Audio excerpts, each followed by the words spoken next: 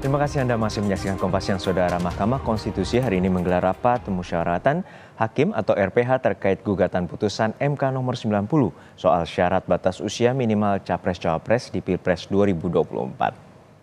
Ketua MK Soehartoyo dalam sidang perbaikan permohonan uji materi putusan MK perkara nomor 90 kemarin mengatakan RPH segera dilakukan agar proses gugatan tidak berlarut-larut. Gugatan sebelumnya dilayangkan mahasiswa Fakultas Hukum Universitas Nahdlatul Ulama Indonesia Brahma Aryana. Informasi terkini kita tanyakan langsung pada jurnalis Kompas TV Nanda Aprilia di Gedung MK Jakarta. Nanda, hingga saat ini bagaimana jalannya rapat permusyawaratan hakim hari ini dan apakah nanti juga terkait dengan putusan kapan nanti akan dibacakan oleh para majelis hakim atau hakim konstitusi?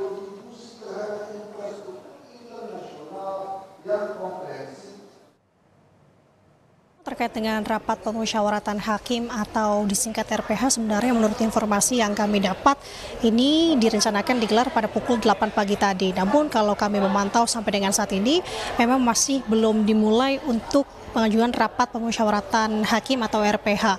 Dan kalau kita bisa merujuk dalam UU MK terkait dengan rapat pemusyawaratan hakim atau RPH ini disebut sebagai salah satu jenis sidang dalam persidangan di MK yang merujuk dalam pasal 40 ayat 1, di mana nanti tentu dalam rapat pemusyawaratan hakim terkait dengan perkara 141-PUU/XXI/2023 terkait dengan permohonan yang diajukan oleh Brahma Aryana, mahasiswa hukum dari Universitas Nahdlatul Ulama Indonesia terkait dengan batas usia capres maupun cawapres ini akan dibahas. Nanti apa saja yang akan dibahas? Salah satunya adalah terkait dengan surat-surat perkara, fakta yang terungkap di persidangan, kemudian alat bukti dan keyakinan hakim mengambil keputusan dan juga finalisasi putusan. RPH hari ini dilakukan secara garis besarnya dilakukan secara tertutup dan dihadiri paling sedikit 7 orang hakim dari Mahkamah Konstitusi, yakni terdiri dari Ketua MK, Wakil Ketua MK, dan juga hakim yang ditunjuk. Nanti kalau kita melihat sebenarnya dalam rapat RPH ini apakah ex-Ketua Mahkamah Konstitusi Anwar Usman ini akan turut terlibat ataukah tidak, juga ini menjadi sorotan dan juga kita akan lihat nanti, Juno, karena kalau mengingat dari putusan Majelis Kehormatan MK kemarin, di mana salah satunya adalah yang bersangkutan ini dilarang untuk mengikuti segala di sidang terkait dengan sengketa pemilu 2024. Nah, kalau kita mengingat kembali perkara yang akan dibahas ini perkara yang diajukan oleh tadi saya sudah sebutkan, yakni pemohon Brahma Aryana.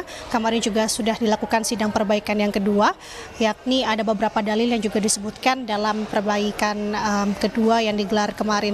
Juno. Ya Nanda, untuk saat ini apa dampak dari hasil putusan hakim terkait dengan gugatan perkara nomor 90?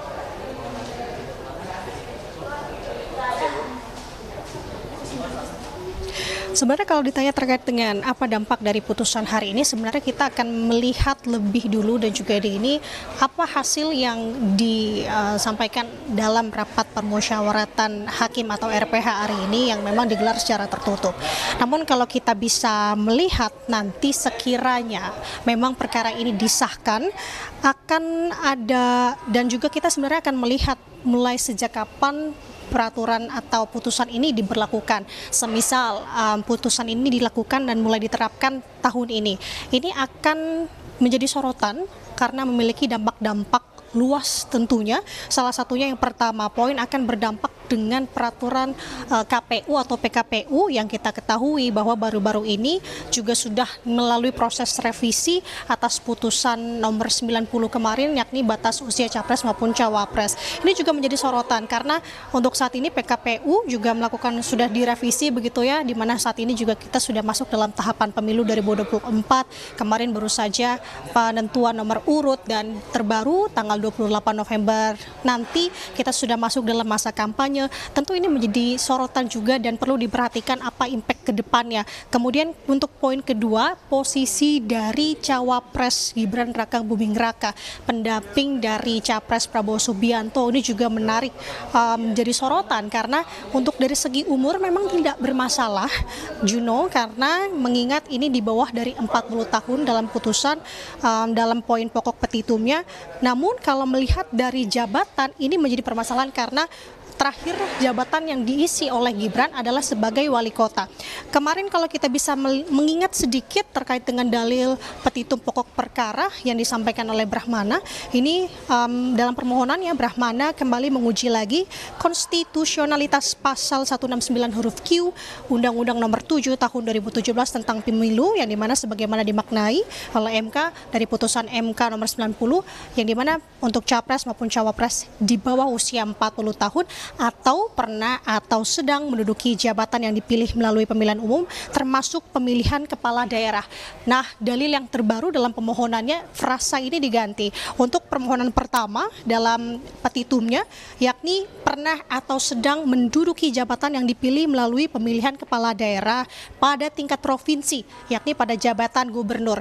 Dan terbaru dalam sidang perbaikan kedua kemarin, ada renvoy ataupun perbaikan, frasa tersebut diubah kembali, yakni paling rendah usia 40 tahun atau berpengalaman sebagai kepala daerah pada tingkat provinsi, yakni gubernur atau wakil gubernur. Kesimpulannya, Juno, bahwa Brahma atau pemohon di sini mengajukan gugatan ulang dengan harapan yang bisa maju sebagai capres ataupun cawapres berusia kurang dari 40 tahun. Namun yang perhatikan di sini adalah untuk gubernur dan wakil gubernur saja, tidak termasuk bupati ataupun wali kota. Jadi tentu ini yang kita akan tunggu bersama, khususnya yang terbaru ini adalah dari rapat permusyawaratan hakim hari ini, apakah nanti hasilnya akan lanjut ke sidang pemeriksaan selanjutnya ataukah putusan akan lebih dini dibacakan. Kembali ke studio, Juno. Baik, terima kasih atas laporan lengkap Anda, jurnalis Kompas TV Nanda Aprilia dari Gedung MK Jakarta.